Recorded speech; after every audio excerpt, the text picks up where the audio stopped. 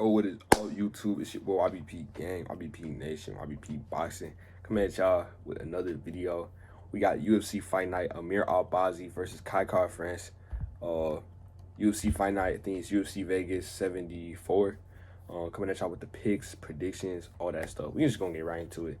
No intro. I think I'm probably have it already set up. My face gonna be here. The screen gonna be over there. Whatever I decide on. But let's just get right into it. We'll go to let's go to edit predictions. Man, I'm finally early with a video. That's crazy, bro. Usually I drop like the event has already started, so it's good. We already here, so I can just make my picks right here. First fight of the night, we got Maxim Grishin versus Philip Lins. You look at the odds. Philip Lins is an underdog. Maxim Grishin's a favorite. He won his last fight. I saw he had beat William Knight. That win ain't really aged well because William Knight, you know, he's kind of like he's living proof that having big muscles and being like a bodybuilder type build is not gonna help you in a real fight. Like he's just kind of I've always, like every time I see him fight, like I always just get disappointed. Like he's just so. I hate to call fighter because I know like if we fought, like definitely like he'd beat me up, but most likely I don't know if he can outrun me. You know what I mean? That's a whole nother discussion. But you know, if it was a real fight, like he's gonna beat me up. But so I don't want to call him like a coward or like a scared or none of that. But you know, he's just very disappointed with his performances. So that's not the best one for Maxim Grishin. And then the fight before that got decision by Dustin Jacoby in a fight where he looked kind of good, got a knockout, and then lost to Marcin Tybura at heavyweight. So he's a heavy set guy. I saw the cut. He looked pretty good when he was cutting down. When it really comes down to it, the difference that really was, I think Maxim Grishin has really good striking too. He's really technical. But between him and Lins, I think Lins just hits a little harder. And I think once Lins touches Maxim Grishin, because he's gonna get there eventually. Like you saw a guy like Marcin Prachnio. I saw that, like, you know, guy, you know, very technical. I think Marcin Prachnio is probably a better opponent than Maxim Grishin. Very technical on the feet, Polish, you know, probably came from the KSW scene. All that stuff coming together. As soon as he got touched by Lins, like a couple of times, he was in his flow, but then he got touched by Lins, everything changed. You know, he started rethinking everything. Lins got some good takedowns too. I know Grishin does too. So he has that in his back pocket too. Brazilian, so you know, I'm assuming there's some jiu-jitsu. That isn't always the case, but yeah, I just think, I don't know why he's underdog. I'm not gonna lie, like, it's weird to me. But for this fight, I gotta go Lins by a knockout in the second round. I'm just gonna make it look easy for however long it lasts. I think they're equals, but they always say the equalizer the power. I think in this case the power is what's gonna set Lins over. So yeah, give me Lins by a knockout round. So he's one of my locks for the night. I feel really good about him. Next fight, Luan Lacerda versus Blackshear. Another fight where I just think like Luan Lacerda's just like better. Like he's just like levels ahead. I don't know what it is. Like, I'm trying to see did I watch one of his fights in okay, yeah. So I think I had seen Blackshear's fight in the Yusuf Zalal fight, and he's really scrappy. You know, like good, decent hands. But like seeing him get taken down like that against and just controlled on the ground a little bit. I think he eventually got up in that fight, but I didn't like seeing him get like controlled on the ground by Yusuf Zalal. And Lacerda's gonna eat him up in that regard. He has some good takedowns, some good or he can shoot for a takedown. He didn't get a takedown against Cody Stamann, but he has that in his back pocket. He has decent striking. I actually thought that he beat Cody Stamann, and Stamann would be the best win by far on both their resumes. So if he could beat a guy who moves really well like Cody Stamann, there's no reason why he shouldn't be able to beat a guy like Blackshear. He's not that crazy good, you know. So barring any like flukes or any of that, like I said, man, I got Luan Lacerda, man, by submission in round 2. I think he can get the takedown, and then he doesn't have the best takedown setup, so maybe I'll just say by decision. Yeah. Next fight. I don't know too much about either of these girls. I didn't really like do too much, cause I found myself in a lot of situations where I'll do research for women's MMA fights, and then all of a sudden they fight and they look nothing like they looked in their last fight. Like women's MMA is so like fluky in that way. So I don't know. I've kind of given up. And so I'm gonna break down the Nunes and like the big fights. You know, like I broke down Yan Xiaonan and Jessica Andrade. Got that one right. You know, I'm usually pretty good with the some of the women's MMA fights, but some of these fights, man, like Jinh Frey's 11-8. You know, Elise Reed's 6-3. I don't know what to. I picked Elise Reed, but I don't have any confidence either way. I wouldn't be surprised if Jinh Frey got it done. I really just went with the youth of Elise Reed. They're around the same dimensions. It's like, I don't know, not something that you should be wasting too much of your time on, but because man, I mean, there's some girls, man, I thought they were gonna like run through, and then like it was like Sam Hughes and the one girl, Sam Hughes and the jiu-jitsu girl. His Sam Hughes just fought the submission that she somehow got the win. Everyone was on the other girl. She pulled it out. So yeah, women's MMA is so hard to predict, man. I mean, it's just at the high level, at the top of the top level is like I'd say it's easier to predict. You can kind of see some stuff coming, but you always get like Pena beating Nunes. Like, ooh. I picked Pena, but that was just for laughs and giggles. You know, it wasn't like serious. But you give me at least Reed by decision, I guess. This fight, not too much analysis on this one either, because Mullarkey was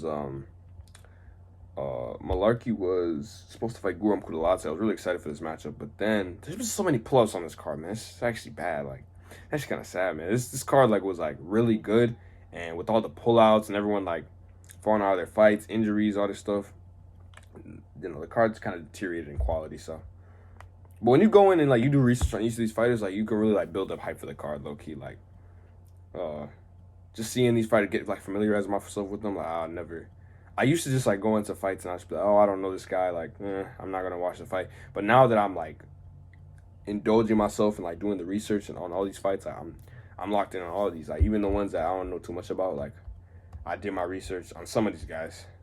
But then there's other guys where you just want to surprise me. You know, like show me what you got. So Mullarkey, we know him. I mean, he's, you know, good striker. You know. Who did he beat? He beat Michael Johnson? Yeah, he beat Michael Johnson. Split decision. I thought he lost that, to be honest. But it was a grit scrap. Like, he's really gone to feet. Beat Prado. I think that was a UFC. No, I don't know if that was UFC Brazil, but he got knocked out by Turner. He has good hands.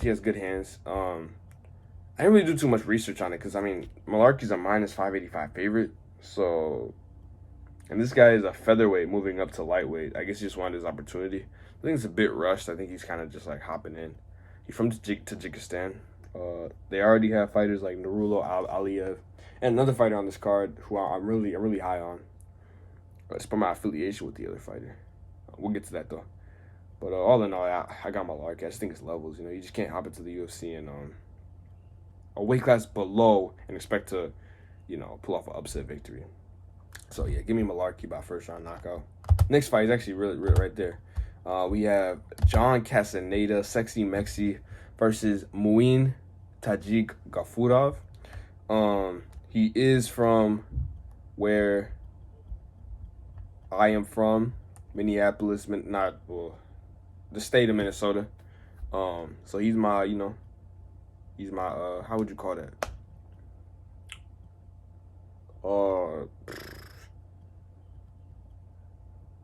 So for names, they call like a namesake. So what would you call someone who's like, we from the same town. I don't know. There's like a name for it. I don't know. There's like a name like someone like, you know, that's like your hometown guy. But he's from where I'm from. You know, he trains like not too far away from me.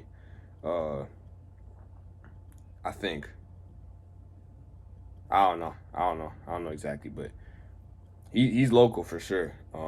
I've heard about him for sure. Crazy, bro. I haven't never met him. I should meet him, low key. But yeah, y'all probably wonder why I'm picking against him, man. I don't know. I've seen Castaneda fight. Like, he's a good fighter. Like, I wanted to pick him, you know. But I don't. Hey, man. One thing I know about me, I'm not gonna pick based off bias. I'm not gonna pick based off of where the guy's from. You know, I love picking Onama because he's from Uganda. Obviously, you know, my parents are East African. I got, you know, Kenya near me.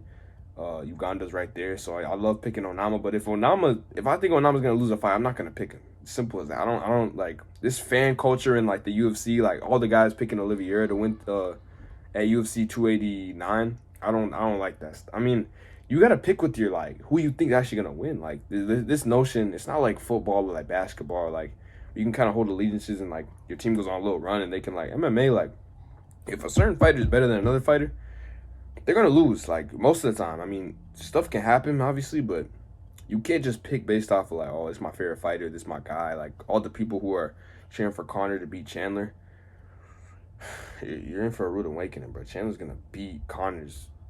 It's gonna be bad, bro. I'll drop a like early prediction video sometime, probably like right before episode 2. I'll drop that. But anyways, Castaneda, good on the feet, good striking, good wrestling. He wrestled D2 at Minnesota State University, so he's really good there. My only issue with him is that like he hits pretty hard too. He can be caught. He can be taken down despite his wrestling. Hittable, like I said. He doesn't have the finishing ability. Like if he does get you down, like I saw Daniel Santos, like I don't care. This whole note, like, and he's gonna be on the card too. Like Daniel Santos, like even Olivier, like if you're a good finisher, like you should be able to finish any guy, no matter like how hurt, no matter like how good of recovery they have or whatever. Like you should be able to finish them. I don't care about this like whole recovery stuff. Like there's good finishers and there's like people who can't finish fights. You know, I've seen it. People who like, there's no reason why Olivier, like if Poirier and like Gaethje, they had him hurt. Like obviously going to the ground is like one thing, but Castaneda could have finished that fight multiple times and he just did it. So he doesn't have the finishing ability. And I hate to hate, like he's a good fighter. Definitely fought more UFC level competition than Gafurov. And on the other hand, with Gafurov from Tajikistan, so he has a whole country on his back. He's gonna, look to, make a statement. Good wrestling I saw. Good hands, good power. He pushes the pace. I think he's gonna have better cardio. That's another bad thing about Castaneda. He gasses out a little bit, go for the finish.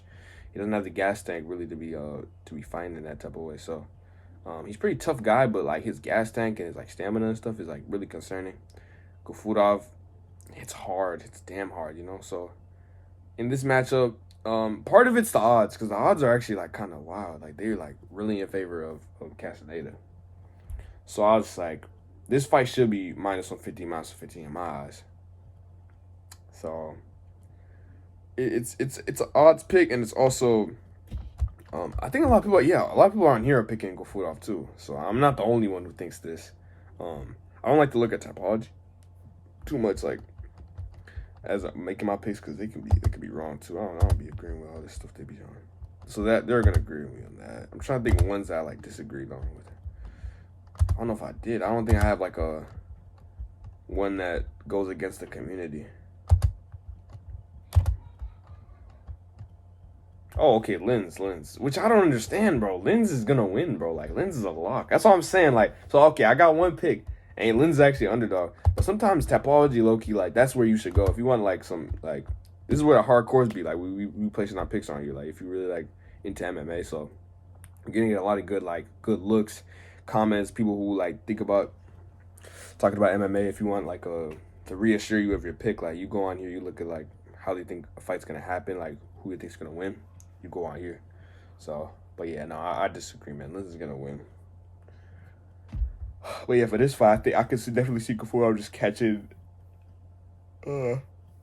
Castaneda in the second round with his power, tiring him out. Maybe like he gets like a little takedown. And I mean, even in his last 2 fights, he's riding high with the confidence. As opposed to him, he just got knocked out, so he's gonna look to come with vengeance. You can just see that contrast in situations right there. So I could definitely see that playing out in the fight. Like, might be a little nervous, might be a little desperate. And we see this is a recurring theme in like Castaneda's fights. Like he'll go out there, like try to go for the finish, even though it might not be there, and then boom, So I think Muin, fresher fighter too. He's younger. He's got this, bro. Like I said, man, hey, bro, hey, if Castaneda wants to come, train with the boy, YBP Michael, if you want to come train, bro, we'll see, bro. Let's run it, bro. Let's 1v1. Hey, I'm I'm around his weight. I think he's like 135. That's not a crazy weight jump. That's not, you know, I can make 135. Hey man, so let's run that, bro. Let's run that. Hey, bro, if you want the scrap, hey, I don't mean no disrespect. Like, you know, I think you're an amazing fighter. From where I'm from, man, like, you know, both from the mud. But with that being said, man, like, bro, some flies, bro. God damn. With that being said, man, you're gonna get knocked the hell out, bro. And that's it. And after Muin, Gafurov done with you, I'm next. So let's run that, bro. John Castaneda, accept my invitation. I'm on the YouTube channel, bro. YBP Michael, but let's run that, bro. I'm in your area, bro. We here, bro. I'll pull up to the gym right after you lose, bro. Let's go. Let's run this, bro. I got this, man. We'll do it at catchweight. Catchweight 140. Well, no, catchweight. When he's not cutting weight, probably like when he's around 150. Let's do that. 150. Let's go, bro. I'm coming, bro. I'm actually, like, bro, you're scared, bro. Castaneda, bro. Like, you're not on them, bro. I'll actually, like, destroy you, bro. Like, you're not, bro. Come on. Let's do this, bro. After my boy Gafurov's done with you, bro, I'm here, bro. I'm not that far from you, bro. So let's go, man. Bro, I'll take him on, bro. UFC fighter versus, let me not disclose nothing, bro. Nah, but, hey, man, same, man. I'm coming, bro. Let's run that, bro. Let's run that, bro. Bro, and if he doesn't respond, he's scared. That's all I gotta say, man. Andrei Arlovski versus Dante Almeida. Nothing to really talk about here. I don't know why Dante Almeida is the favorite. I'm not gonna lie. You know, I like Dante Almeida. He was my initial pick, but come on, this is the former heavyweight champion of the world, man. Come on, you know, way more well-rounded. Just better, bro. I don't know, bro. There's just too much experience to lose this type of fight to Dante Almeida, man. Dante Almeida is alright. He was on like a little 3-fight unbeaten streak, and then he lost to Augusto Sakai. Got checked, you know. So he's not elite. That would have been the win to get him to like the elite level. He's not elite, so Andrei Arlovski should be able to take care of him, bro. Should be like Daniel Santos versus Johnny Munoz Jr. Low-key, I feel like the odds should be closer for this fight, man. Like, Johnny Munoz Jr. is not that bad, bro. Like, he's all right, but Santos, man, he doesn't go away, man. He got that. You guys Olivier in his corner. Tough guy, Brazilian. He's just him. He's him, bro. Like, he finds a way to come back. He's young, 28. Got that confidence about him. His stablemate, Olivier is going to be fighting next week, so we're looking to come into this week with confidence, have your teammate win, and then you win next week, which I don't think he will, but we'll see. And, yeah, man, Santos, man, he's be able to get it done. Takedowns, striking, power, gas tank, like, it's got it on Munoz. A little too much for Munoz, I feel like, at this stage, but yeah, man, both coming off wins. We'll see what happens. But I got Daniel Santos by round 1 KO. Next fight, this is a 50-50 fight too, man. I don't know, man. Even Abubakar being a -130 favorite, I don't feel too comfortable, man. I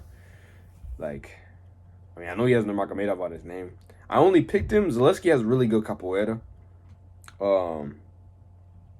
Really good, you know, Brazilian striking, all that stuff. So he could definitely catch Abubakar. But he has been taken down by lesser wrestlers. I think Abubakar is better than the guys who took him down. So, and once he takes you down, like, you're not getting up. So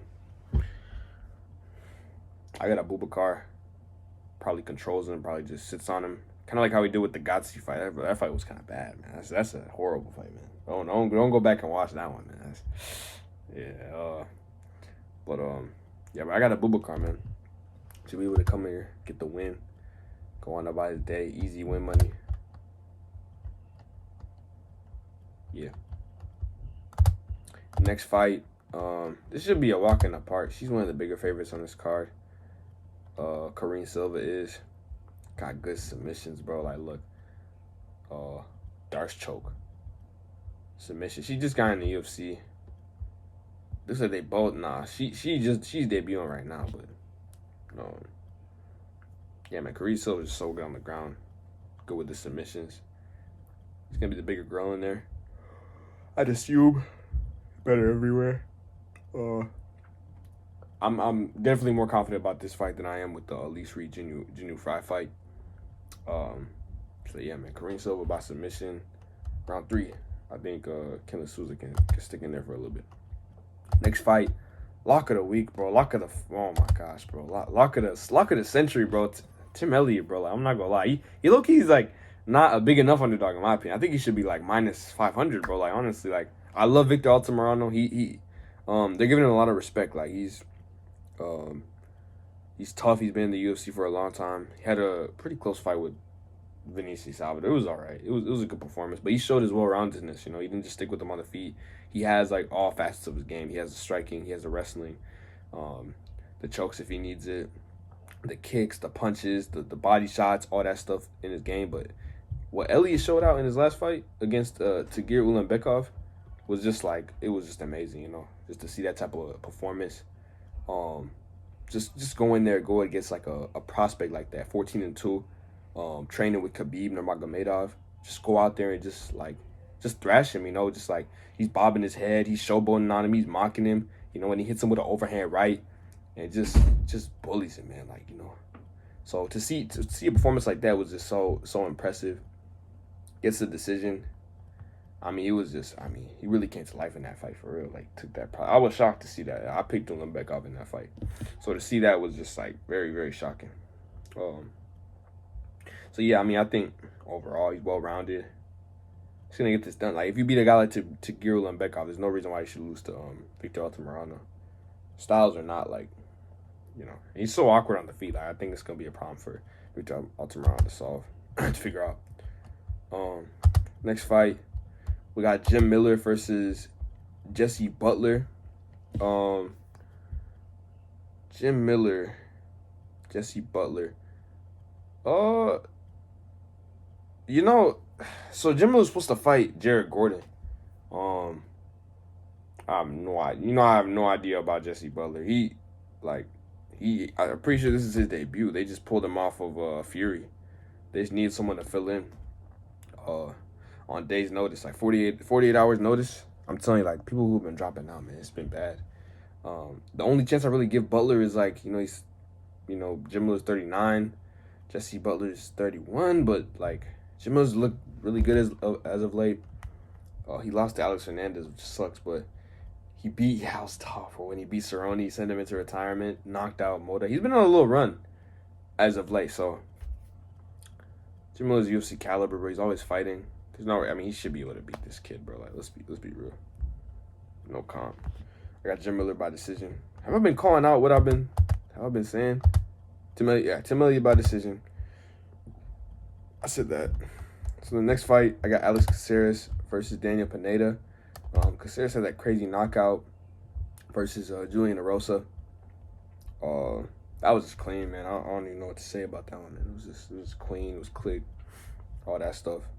And then Pineda had that knockout, or no, submission over, who was it? I think it was Daniel Pineda. So that was just cool to see, man. But overall, I mean, Alex Caceres, there's a reason why they call him Bruce Leroy.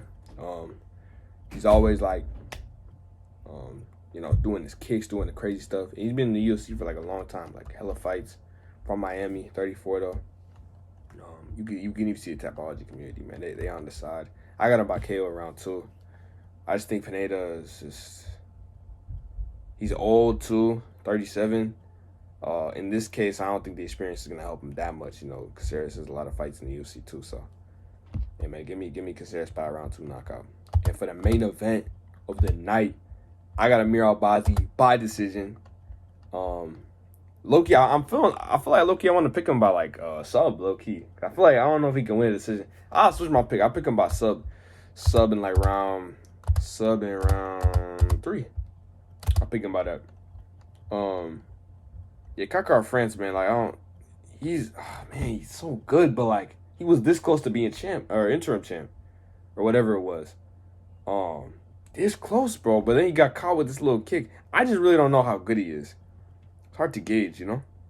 Because then prior to that, he beat Asker. That was a really good win. Beat Cody Garbrandt, got the knockout there.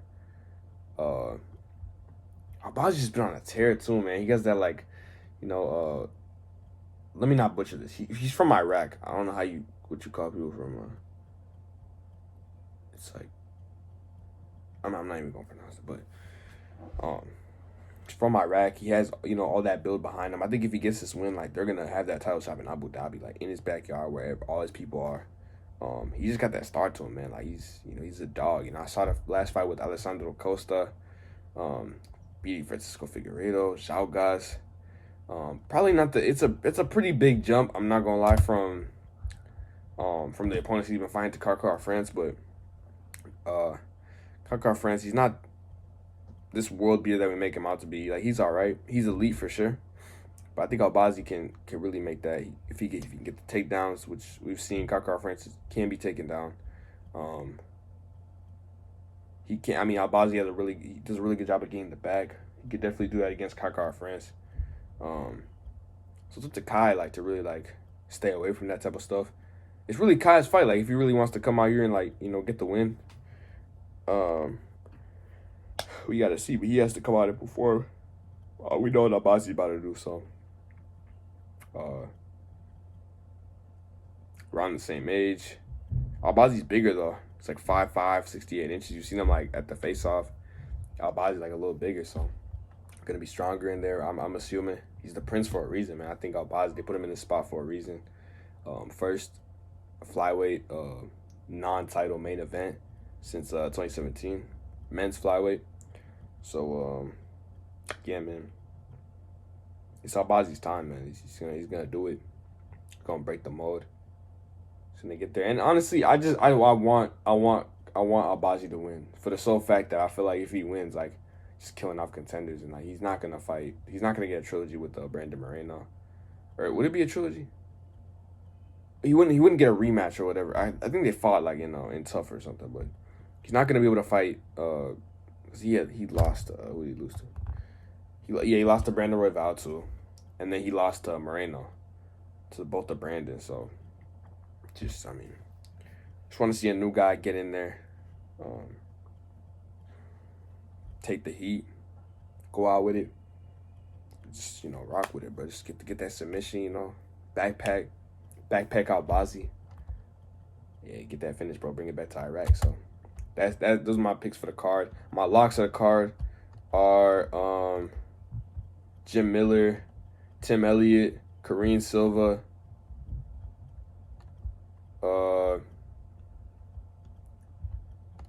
Jamie Mullarkey, and then my dog picks that I really like is Felipe Lins. I like Muin Gafurov. I like Andrei Arlovski, and I like where is it? I guess the main event too, but if that counts, I don't know. I'm forgetting what it's. Lins, Muin, Gafurov, Andrei Arlovski, and is it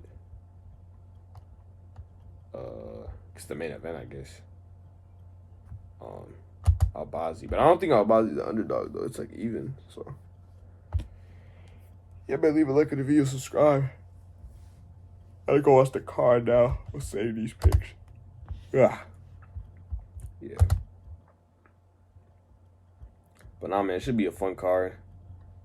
5 p.m.'s gonna start, 30 minutes. About to go watch the MMA fighting show, pre-game show that they do. Watch that, get hyped for the card, and then make a. Nah, I don't be doing them post.